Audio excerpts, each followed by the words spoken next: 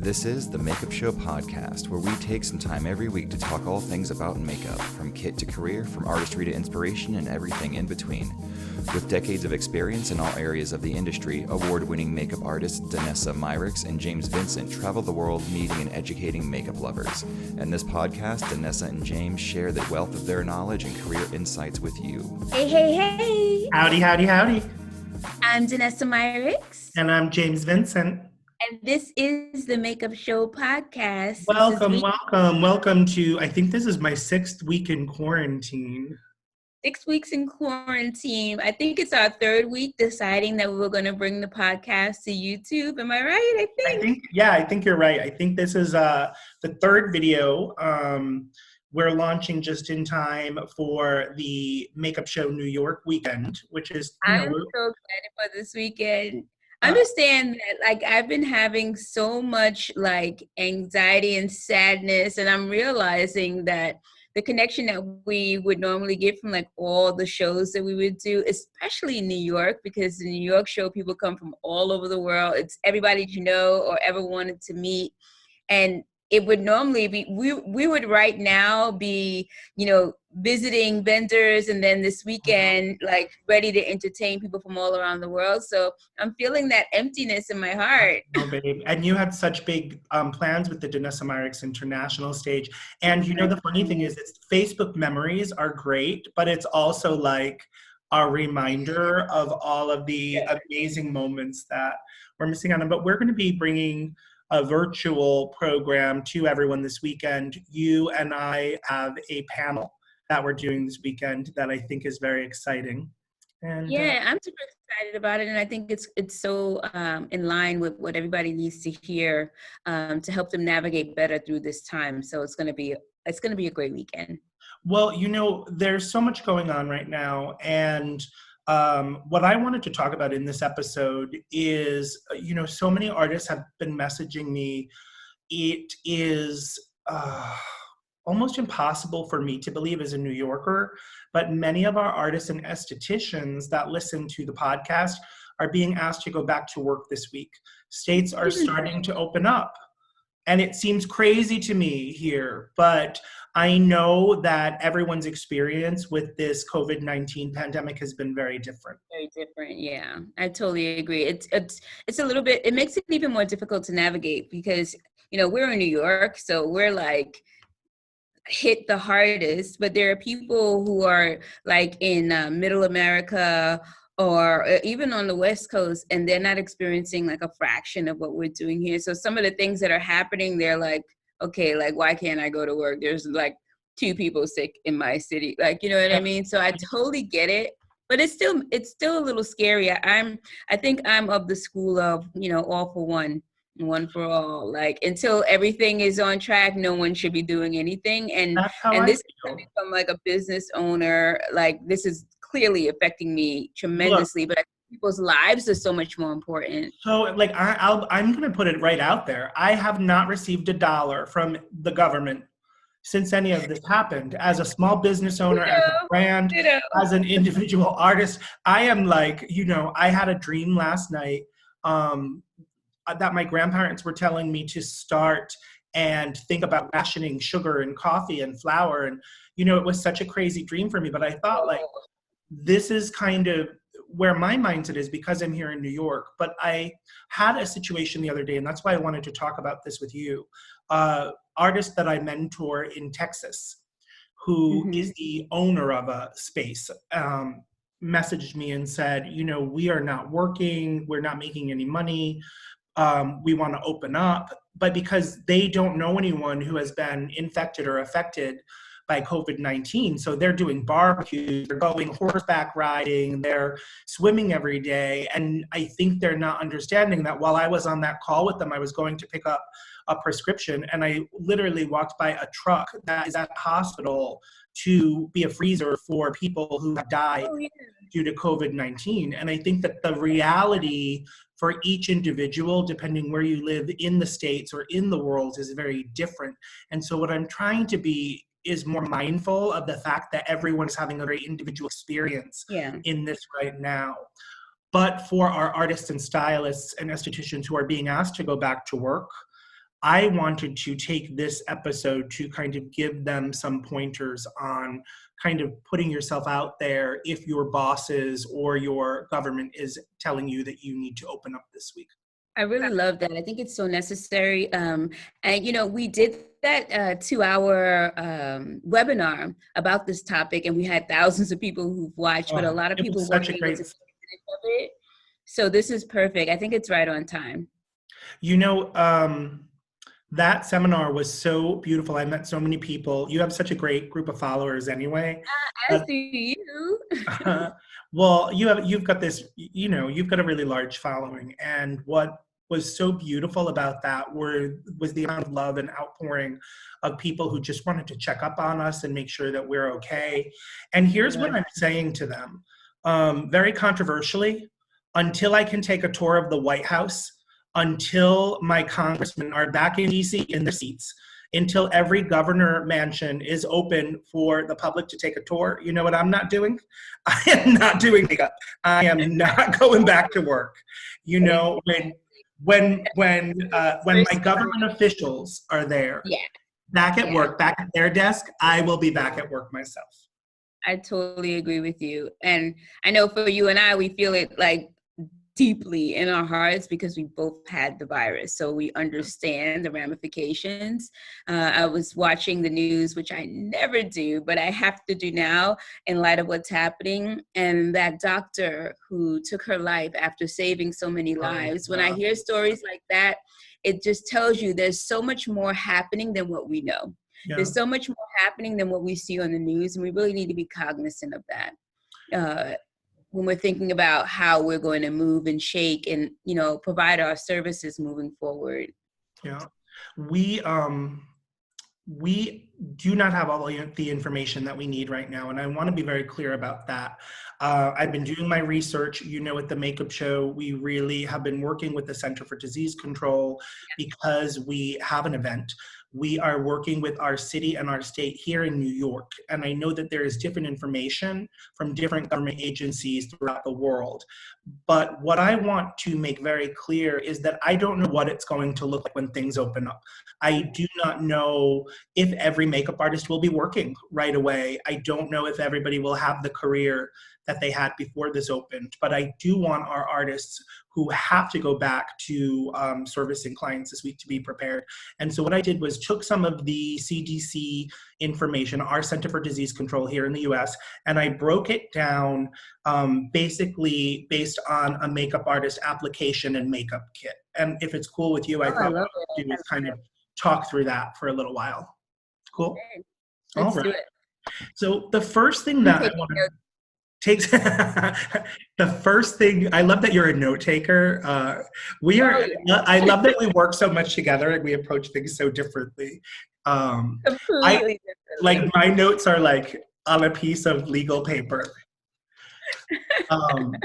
So the first thing that was very important to me when we were getting our briefings was that they really want people to understand the difference between a sanitizer and a disinfectant.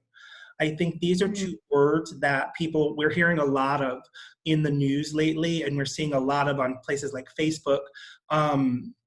This is not a partisan podcast. While I'm very clear about my political leanings, in the United States right now, for those people that are at least listening internationally, the idea of wearing a mask or, not going back to work feels like it's on the left or the liberal side.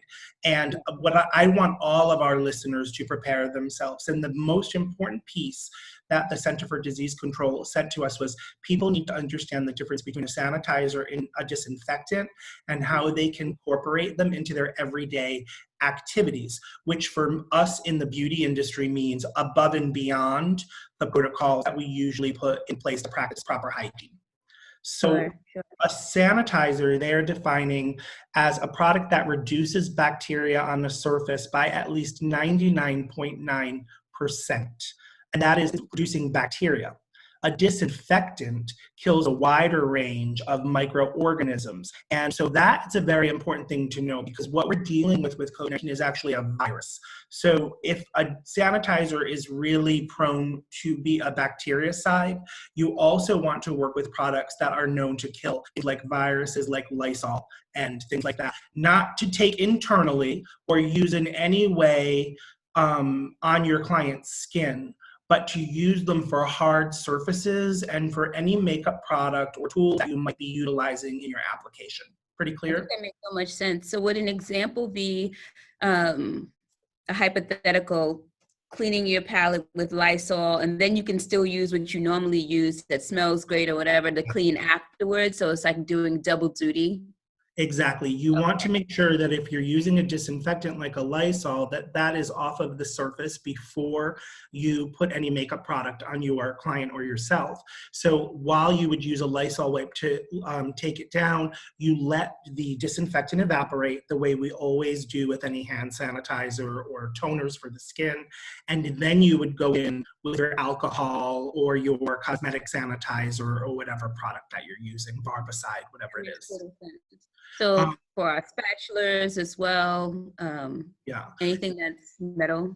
Yeah, and they are cautioning using things that are meant for household cleaner and then using them on the skin. So Clorox bleach is another product that they recommend, but what they're recommending is that you follow the guidelines that are clearly, they're on the website for the Center for Disease Control, or you can even find them on the back of bleach or online.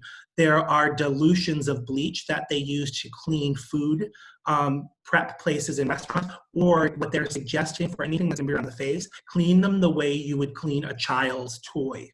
So if you follow any guidelines for cleaning children's toys safely, this is going to be something that we should follow because we're working in such sensitive areas. So there isn't one about put a straw inside and No. Just want to be clear. I know because just double checking. No, please do not take these things internally. This is really about hard surfaces again, and you don't want to use Lysol or bleach or any of those things around your cosmetic product. So you should not be using Clorox wipes to wipe down the cap on a foundation bottle or things like that. In these areas, you want to be sure you're using cosmetic approved disinfectants and sanitizers. Make sense? You know what I think it's important also, it makes total sense. Some of the things that we kind of forget about are like our lights. Like if you're carrying like your glam core, your makeup lights, whatever, you should probably wipe those down too before you put them away. Wipe the inside of the bag it comes in, just that extra step, because it's something that we don't normally do, but that should be a part of our new normal, I would imagine. Definitely. And anything that you're laying down to set your makeup up on, like a towel or a makeup pad, what they're suggesting is actually using disposable things like paper towel. If you're using a director's chair or anything that's soft surface that can be laundered, what they're suggesting is as soon as you come home, you strip off any of the clothes that you're wearing, your shoes, and you wash them in hot water in a washing machine to be able to kill that bacteria. So, a lot of this is things we already practice. It's things we already know. And in addition to that, the other thing that has been very politicized in the United States, I know we have a lot of international listeners, is the idea of wearing masks and gloves. Now, what I want our listeners to understand is that you are not necessarily wearing masks and gloves just to protect yourself. And I know that there are a lot of people that are out there that are saying cloth masks are not as effective, or you need to change your gloves more often. But what they are suggesting is that we also are wearing these gloves and these masks to protect other people. And so if it's possible, and I know it's very difficult, I know the state of Georgia is really struggling with this right now, and Texas, as they try to open up, masks and gloves are not so readily available. But what we're finding is that a lot of beauty supply stores really understand what type of masks and what type of gloves need to be stocked for beauty professionals. So what I'm recommending is, even though your local beauty supply store might not have the gloves or masks in stock, you can look for the gloves and masks that they recommend and bring those into your beauty practice. What the CDC is saying is any barrier right now is a better barrier than no barrier. Yeah. Yeah. And the nice thing about, even if you have a paper mask that you're wearing, if you can put a cloth mask over it, and there are a lot of different patterns online and artists who have started making masks and offering them for free or for a little money, you can launder that cloth mask when you wash your clothes, when you come back into your home. So I think that's a great idea. I don't pretend to be a scientist. I don't pretend to have all the answers. I love science. I am a big supporter of science. I love my crystals and my candles and my witchy things, but anything the scientist is telling me right now, I am listening to. So I totally agree. I think we can consider our non-makeup items too, like even our phones. Yeah, phones are a big one. It's something that I didn't even think about, but phones are a huge carrier, apparently, for a hard surface. Especially since we're constantly putting our hands to our face with the phone, it's obviously unavoidable. And then we put it down on a hard surface when we're not using it, or hang it from our bodies. So yeah, I didn't even think about that. Yeah. The other thing that you want to think about are the materials of the tools and the things that you're surrounding yourself with. It's much easier right now to sanitize a metal palette or spatula or throw cloth in a washing machine than it is to do something that might be porous. So if you are traditionally using a material that might be porous, like plastic, what they are suggesting is that you use something that's non-porous. If you are traditionally using a makeup station setup that cannot be cleansed or disinfected, like hard plastic, what they're suggesting is that you go to something that is easier to clean. Even with phone cases, I would say probably that's something to think about. Yeah. I want to talk now about product, and this is, again, a conversation, and I feel like our role with the Make Show podcast is always to kind of be a resource and get the most recent information. Now, all of this might change in a few weeks, but right now, when we're talking about product and we're talking about skincare and we're talking about tools and brushes, I am still doing the research, but one of the things that I am looking at is how can we better maintain our brushes. Now, right now, what we're being told is that the way that we clean our brushes is effective as long as we are using brushes only on one individual. We're sanitizing them in between use.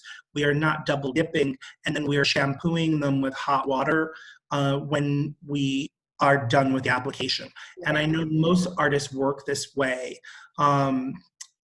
And I'm going to kind of break down how to do that. But the other thing that I'm exploring, because a lot of businesses, I'm sure it's the same for you, a lot of businesses and brands have been reaching out to me saying, do you have any information on disposable brush sets? And the issue here for me comes down to quality, and it comes down to sustainability. So I just haven't found disposable brush sets that I think are able to do the professional quality application, and I just think it's a huge waste of resources and materials. So what I'm researching right now, and I'm waiting for answers from CDC and from some other experts, is the idea of autoclaving. So autoclaving is something you see a lot in tattoo shops, and a lot of our estheticians will practice that. And what I'm trying to research for a few of my clients is the idea of sanitizing your brushes, autoclaving them, and then sealing them, so that if you do have a situation like a salon or spa where you are servicing multiple people, you can actually unseal those sanitized and disinfected brushes in front of your client and then put them back into a container and properly sanitize them again when you're finished. Amazing. I think that's amazing. Yeah. And then, prior to that happening, there are so many great brush brands out there. Many of them are having amazing sales. Like my Kitco is having 50% off sale that starts today, actually. It's only for 24 hours. But we can also think about, I know in our kits, we all have levels of tools, right? We have those tools that we pull out only for our favorite clients. And then we have like layers to the brushes that we use, things like, let's say, a lip brush. Everybody can have like 4 or 5 of those in their kit. Right. They're tiny, and you can get a professional brush, sometimes like $2. It's not something that requires so much innovation. It's a lip brush. Once you get the firmness and the length, and maybe things like that, you can get multiples of, and brands like, not to promote any specific brand, but let's say a Crown that tends to offer at a lower price point. So maybe those types of brushes double up on. I know naturally in my kit, my favorite brushes, I always carry 2 and 3 of the same brush, Yeah. just for the sake of not double dipping and not having to clean in between multiple models. It just seems easier for me. But if cost is an issue, there are levels to brushes that you can purchase. And, even a low cost brush can be very functional, especially when we're talking about something like a lip brush. Exactly. So there's, yeah. I think, I'm sorry. Do No, you have any differences in between like synthetic versus the natural hair, which is easier to clean or to maintain?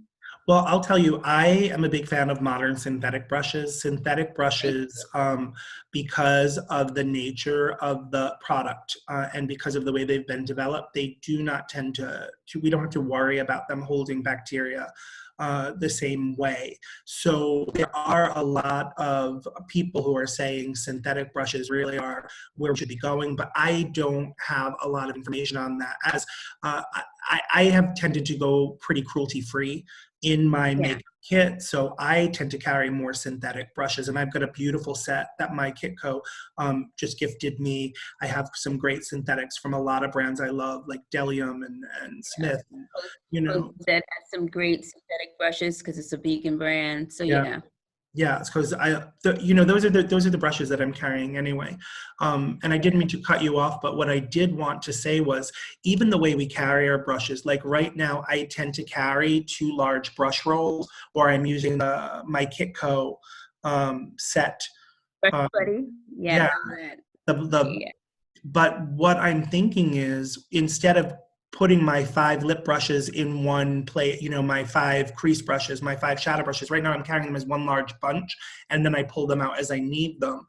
Maybe what we can do is section them off a little so that we have little mini sets. Again, just kind of thinking about the way you're organizing so that it's more efficient when you are setting up your stations or working like that. I'm not taking clients right now, and I'm not planning to for a while, but if you could see, for our listeners, if you could see the emails I'm getting from people that are having to go back to work right now, they are afraid. They're afraid for their clients, for their reputation. They're afraid for the legal things it could open them up to. And so I'm trying to give some options of how we can better organize to protect ourselves. The next thing I want to talk about is skincare and complexion. And, I've been doing some little tests, Miss Danessa Myrex, with a few of my favorite products. When it comes to complexion product and skincare, this is something that most of us have been working off of the palette anyway. So the idea of taking the product from the container to the client, really we're working off of the palette anyway. But many of us have been using our fingers for skincare. And what I am recommending is instead using tools to be able to apply your skincare. Now, I always use certain brushes. There's a Crown Duo Fiber blush I love. There's a Cosette brush, oval shape foundation brush that I love for skincare. But the other thing that I'm doing is I'm using my airbrush to apply beauty oils. And it has been something I've been doing now for about a year. And I love the finish and the control. Oh, I'm going to have to play with that. Yeah. Definitely going to have to play with that. What I do is, my favorite airbrush to use is the Tem2 AirPod Pro. I know a lot of people are carrying traditional airbrushes, but there's just kind of a wow. And the oils that I carry in my kit right now, I love the Lime Life One Drop Wonder. I love that. I love the Danessa Myrex beauty oils, and I love the B3 oils, and they all work beautifully through an airbrush. The trick is, if you are using multiple product through the airbrush, you have to be sure that you have one pod or one gun that is specifically for that base ingredient. Meaning, if you are using oil-based product, you need to have a different brush, a different gun or a different applicator, a pod, than if you're using a silicone product, because the oil and the silicone will not mix and the water will not mix when you bring it through your airbrush. Make sense? Yep, it sure does. I'm also a big advocate of primer sprays. I tend to only use primer in certain parts of the face. Scandinavia does a beautiful primer spray. Lime Lift does a beautiful primer spray. There are so many out there right now. You can really find your favorite, but this will allow you to prep and prime the skin and to be able to apply your beauty oils and all those products with a very fine mist. And then what I'm doing is I'm using my moisturizers, my eye creams, my cream product or balms, and I am scraping them from the container or squeezing the tube and then using a brush to apply them. Yeah. Yep. I love the idea. Like, I like to pack my kits, and even when I create products, I'm always thinking about packaging that allows you to use just what you need. Yeah. Packaging that's great for mixing. So I love anything that you can squeeze out or anything that you can pump out. Yeah. Or anything that you can easily scrape off of the applicator with a spatula. You know, things that you have to dip down inside become a little bit tricky. Yeah. So, and if we are doing those things, we have to be conscious of the double dipping and even the double scraping. Yeah. Like, it's just one per, yeah. The other thing is I'm really looking at the product that I'm carrying. I have always been a palette person. As a New Yorker, I have kind of put everything into small pallets that I can carry very easily. And what I'm suggesting right now, based on the information that I'm receiving, is that we are keeping things in their original containers. For example, the Vision Cream Cover, I carry in a few different ways. I carry in a pallet. I carry the pens.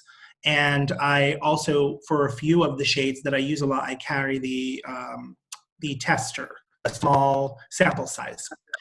And these are easy ways for me to sanitize. They're easy ways for me to disinfect.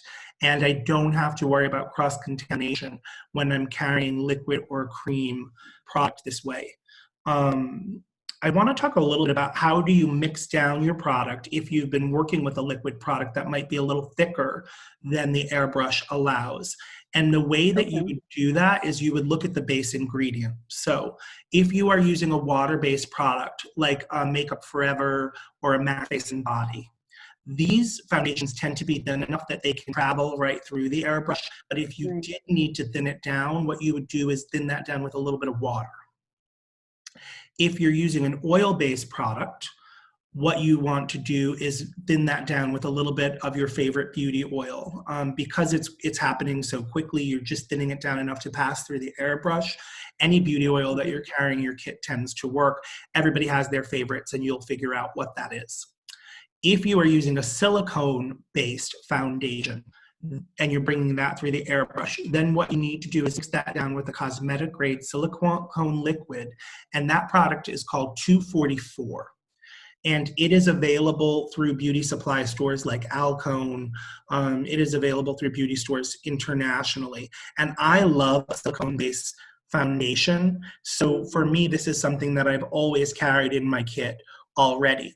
Now, one little pro trick for me is I tend to like foundations like Kevin Kwan or Danessa Meyrick's Vision Cream, where I have that push and pull and play, because they do have that little bit of oil silicone kind of mix. So then what you need to do is think there, how are you going to do this? So what I do is if I'm using a product and I want it to be more matte in certain areas, like on the forehead or through the center of the face, I use the oil there. And then if I'm putting it in the areas of the face where I might want more lift and shine, like the highest point of the cheekbone, you know, that Danessa Meyrick's glow everybody's trying to give, there I would use a little more of the 244, because silicone naturally has more shine to it.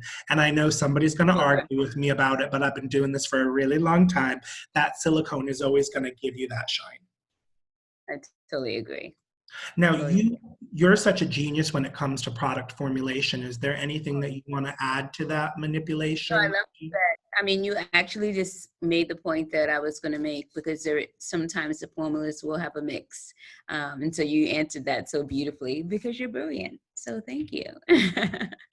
The last point that I want to make about complexion, and this is really just for the way that I do makeup, is I'm a huge advocate of color correction and underpainting and really working in that way. And the airbrush really allows you to layer very effortlessly. Um, I have always airbrushed. If you look back to a lot of my music videos or things like that, I've airbrushed bodies and things. But what I love about my compact airbrush is I airbrush in every application. And as long as you are keeping separate tools for water, oil, and silicone, it is going to be the same mindset that you use in a traditional application. Anything I do in a traditional application, I can do with an airbrush. And Yeah. anything you do with an airbrush, I can do in a traditional application. Which is amazing. I know how to airbrush and of course use my hands. This is going to be challenging for me because I am 90% hands No, babe, me and too. 10% everything else. So I am, it's going to be a process for me, but Yeah. as much as possible, I'm going to begin integrating. The airbrush for me always felt like something that was disconnected from my artistry. It's like I'm able to use it very easily doing something artistic, but when it comes to complexion, it's something about the airbrush machine that feels so disconnected for me. So it's something that I'm really going to have to work on. I much prefer to use a brush than the airbrush, but I think what you said was super important. There's going to be a new normal for all artists, and we're really going to have to step up our game and be able to perform in any capacity, because our clients are going to ask for different things now, things that we don't expect. So you may have somebody that you've worked with for years, and suddenly they're going to this is a hands-free zone here. And if you are not comfortable with your brushes and the airbrush, then you could potentially lose clients in that way or not do your best work. So this time that we're in isolation may be a good time to start practicing Really with practicing. because we don't know what to expect afterwards. And I think it's also one of those things where you really need to have the way of being able to do both, because I'm such a finger person. I'm a New York editorial artist. We use our fingers for everything. But I also have clients like CNN where I've developed programs for, or different makeup brands internationally where they're not allowed to touch the face. Yeah. And so that's forced me to work the other way. The airbrush is just practice. And the way that I have been able to kind of play is that I have started to think of airbrush a little differently. It is really just an extension of my hand, because I think one of the things to think about for people who are worried about airbrushing is traditionally we use our fingers and our brushes to move and manipulate the product around because we are looking at the amount of coverage that it's providing. Mm-hmm. But with the airbrush, it already deposits in sheer pixels. So the reason airbrush is great for camera is it deposits in soft pixels. You're not layering up so heavily with an airbrush, so you don't need to go in with your hand. You should never, once you airbrush, you shouldn't use your brush or hand over it because you lose the benefit of the final product, with airbrush. Yeah. So it's just an adjustment. It's just another tool. And I really have fallen in love with it. We're going to play when we're together because I think you're going to be like, this is, especially when I'm working quickly, I find the airbrush to be very effective. And honestly, I'll see you work with it. I'm just like, oh, you're done. It's been 45 seconds. It's a bit of a wow for clients too, because they're like, ooh, what is this? Sometimes I'm not even airbrushing. I tell that story all the time. Sometimes I'm just throwing hair on them. Like, yeah. I love that. I think you made a good point about the type of machine too, because I've been using the hardcore traditional type, and maybe I might find it a bit easier to wrap my brain around with the smaller temp too. So I'm going to play with that. And technology has come so far with airbrushing as well. The last thing I want to say about complexion, and this is something that I've always done because I tend to have a lot of regular clients, is I will prep a kit for them before I go to see them. So instead of bringing my largest kit and worrying about contaminating or cross-contaminating product, I have my kit for each individual client. And so if you know the complexion that you're going to be working in, if you know, okay, this makeup is not going to have any glitter because I'm doing a natural eye, you don't need to bring everything with you. You can really pare down and bring smaller kits that you can control a little more in your setup and your sanitation. Yeah, that's a great idea. Less exposure, the better. Yeah, I want to talk about brow and lash, if that's cool with you, because I think that, you know, eyebrows are one of those things that are still big business. I think that when we come out of quarantine, we're going to see a return to a more natural brow like we did after September 11th, because I think people are having to let their brows grow in and things like that. And I'm all about it. My brows have gone crazy. I did have a little bit of a breakdown last week and hacked my beard off because I was like having quarantine craziness, but my brows have gone crazy. It was interesting. I was watching something on the news the other day. It was a podcast for the beauty industry, and they were saying something very similar to what you're saying. Like, what people actually will be requesting is going to be very different. You know, and I know I've experienced this for me, and you may have as well. You know, we were so into our routine, like getting ourselves together, putting on XYZ makeup, whatever, and leaving the house. It was a routine that fit into the lifestyle that was to follow for that day. But now that we've had more time, and now that we kind of adjusted to a new way of, you know, taking care of our skin and applying makeup, we've noticed that our needs have changed, and that there's like, you know, maybe I only needed like 20% of the makeup that I was wearing, and I still like the way I look or whatever. So a lot of people are having these unique revelations about, you know, how they want to approach beauty moving forward. So routines are changing, like you said, with the brow.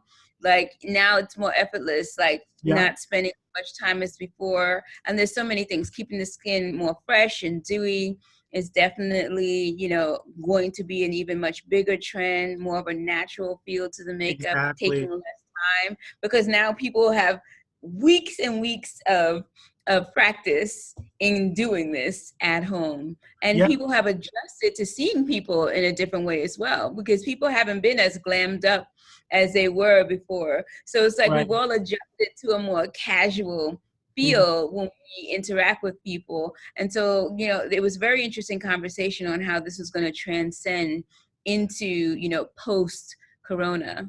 And I think it's also, makeup is socio-political. This is something I talk a lot about a lot. And I think that makeup had become such an exaggeration in places like Instagram, and that idea of influencer glamour and over exaggeration, it feels a little out of step when the world is still coming back from a major struggle. So I think that that's another reason why people will return to more natural ways of looking and wearing, because the flaunting of excess seems a little inconsiderate after, you know, such a tough struggle. So I'm excited. You know, I love to observe beauty trend. You and I do a lot of forecasting and stuff like that. So I'm excited to see what happens with brow. You know how I love to structure brow. I think we're very similar. We both like to use pencils, powders, and gels, but for very different reasons. And this is just a quick comment. You know, pencils, very easy. Sanitize them the way you always have. You want to sharpen the pencil. You want to sanitize it in alcohol. And then you want to use it on one client before repeating the process. Yeah. If you're working with mechanical pencils, you need to make sure that you are removing that top layer and that you are actually sanitizing the entire pencil, at least the part that is getting close to the face. But I would wipe the whole thing down with a beauty wipe. With powders, you should scrape your powder from the shadow pan and place it on a palette before using your brush.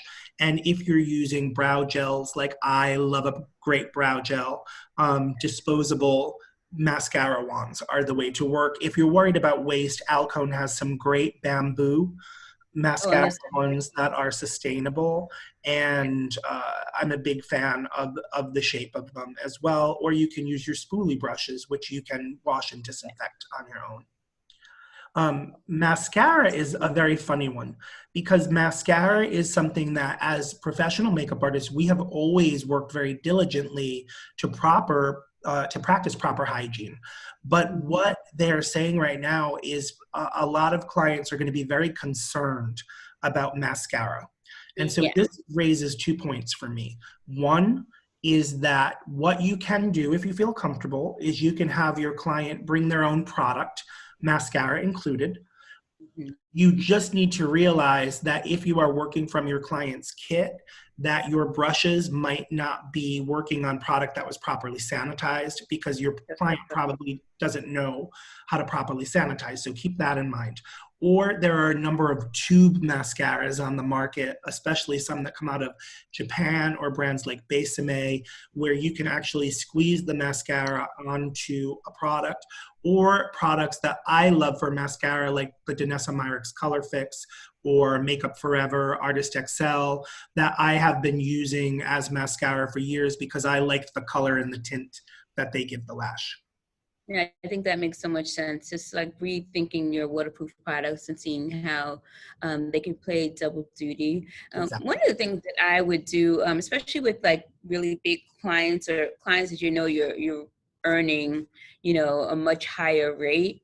Mascara minis are the way to go. Like you can buy mascara minis for $5 or $10. Even the most expensive mascara, I think you can get a mini version for $10 or $12. And if you're getting paid $1,500 for the day, it's a nice investment. The thing about mascara, after formulating mascaras for many years with prestige brands, there are some mascaras whose performance really relies on the applicator and the formula together.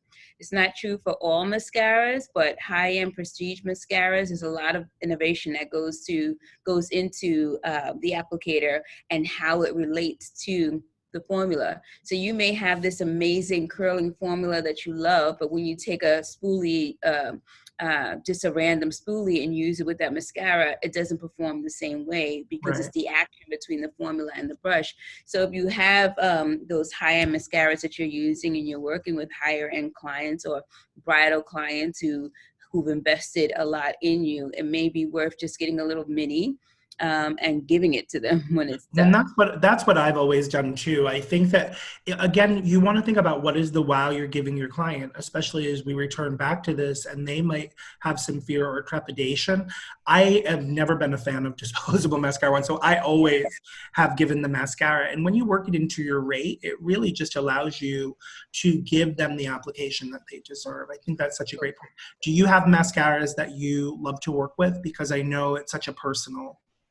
I'm obsessed with Benefit mascaras. Every formula, one after the other, is just really amazing. I love the Bad Girl Bang mascara. And then they have another one. It's another Bad Girl, but it's more of like a fluffy applicator. They also have They're Real, which is really great. I switch up the formula based on the person's lashes. Exactly. But the curling mascara that they have, Roller Lash, is incredible. I really, really love that. And then the old favorites like the Lancome, no, L'Oreal, the pink and green tube is amazing. And then the gray tube for L'Oreal that has like the blackest black, Luminous. Yeah, Luminous. Yeah. Those are like go-tos in my kit. With the Benefit ones and those, I feel like I have something for everybody. Yeah, we use the same mascaras. I'm a huge fan of the Benefit sample sizes. I love the Mayron mascara, which is actually a tube, so you can squeeze it out. I haven't tried that. Yeah, and then drugstore mascaras are so often, because I live in downtown New York, I can run over and pick up a Voluminous, or Max Factor is another inexpensive one that I love. And Rimmel. James Malloy had me Rimmel mascaras that are very affordable. And again, it just is about making the client feel special as well. And when I say even to my models, oh, this mascara is for you, it just feels like, oh, like they become a different person in your chair when they know they're leaving the gift. The next step, I'm going to talk to you pretty quickly, because I think this is stuff that we talk about all the time in makeup, and it's eyeshadows, blushes, lipsticks. If you're working from palettes, this is a big caution right now, according to some government agencies. Now, there was a big trend in makeup in the last 10 years, and I'm going to get in a lot of trouble for this, but in the last 10 years, we have seen palettes go from something that was a very professional thing to something where every makeup brand in the world put out shadow palettes. And what I'm suggesting here is that you start to work small again. The reason is, what they are saying to us is that it's much easier to guarantee that you have cleaned a single shadow pot than that you have sanitized an entire palette. And if something is compromised, the idea of throwing out a single shadow versus an entire shadow palette. That makes a lot of sense. Yeah. But what I have done recently, because I have my shadow palettes that I love, like Cosette, but what I will do is I'll pop out only the shadows that I need for a particular client. And this is how I've always worked. And then I will put those into an individual palette. But now what I'm going to do is just put them in a larger palette. So I might be working with 12 shadows for the day, but in a palette that holds 48.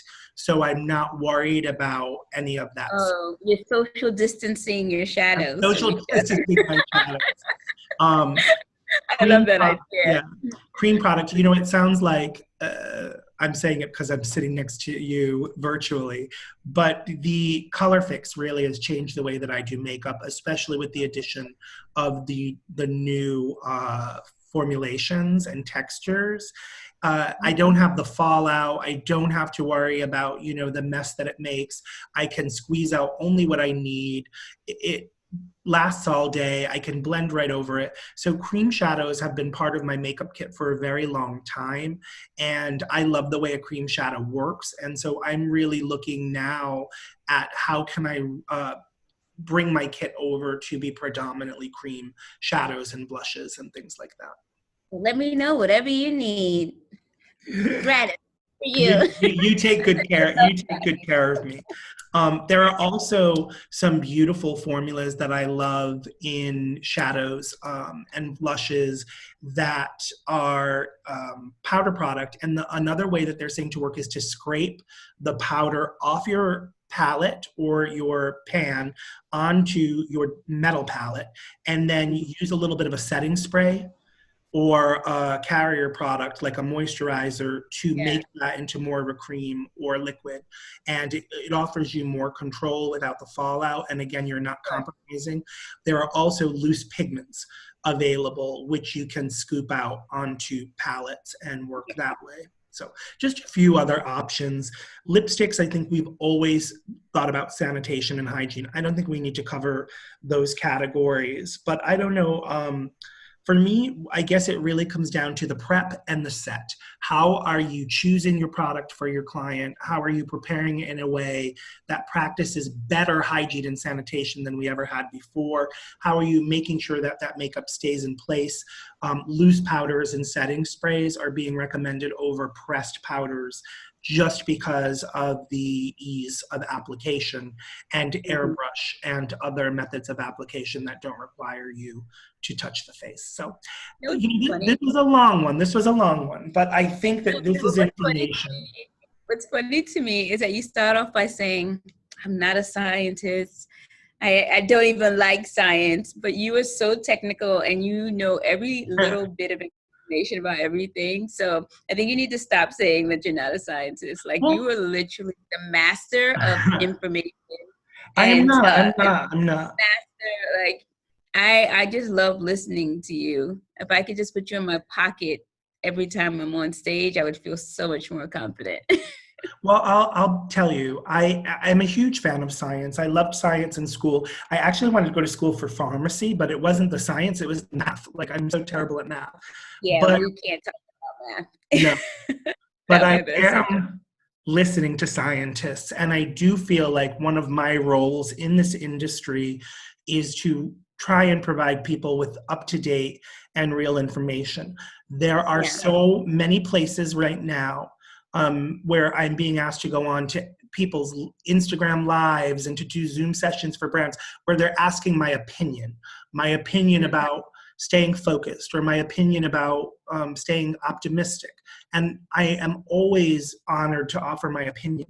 But when it comes down to sanitation hygiene, this is not a place for opinion. This is a time in our life, a time in our history, a time in our industry where we have to defer to science and to the experts and the people who understand how to keep our families, our friends, our clients, and ourselves safe. Absolutely. So. Well, I appreciate you for being the one to like suck in all this information and be able to share it effortlessly and eloquently. Well, this was a long one too. This is probably the longest podcast we've ever done.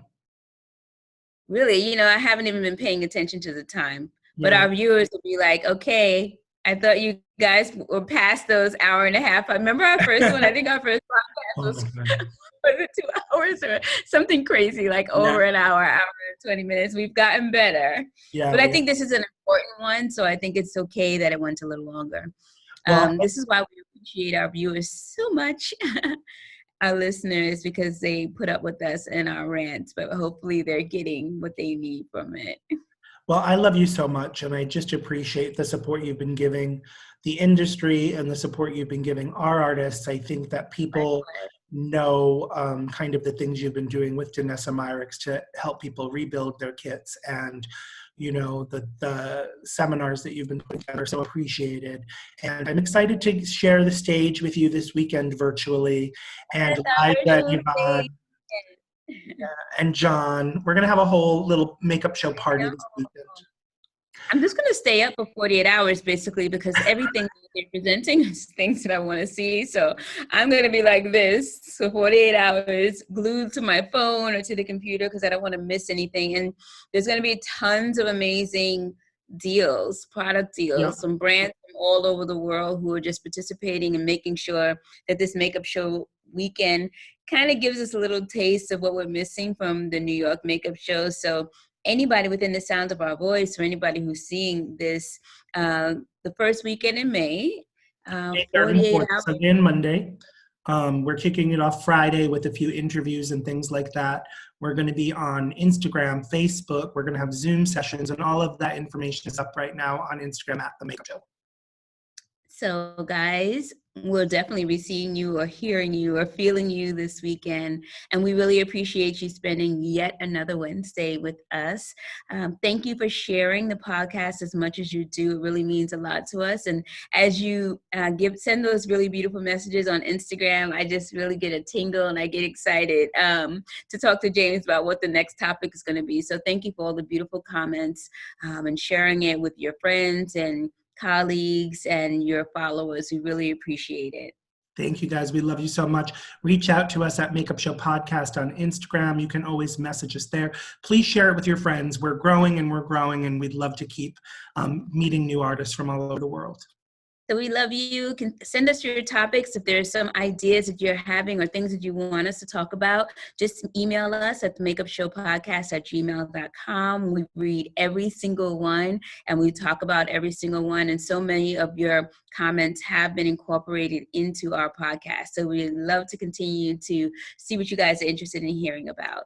Rate, review, and follow us, guys. We love you so much, and we will see you this weekend for the Makeup Show. Bye, guys. Bye.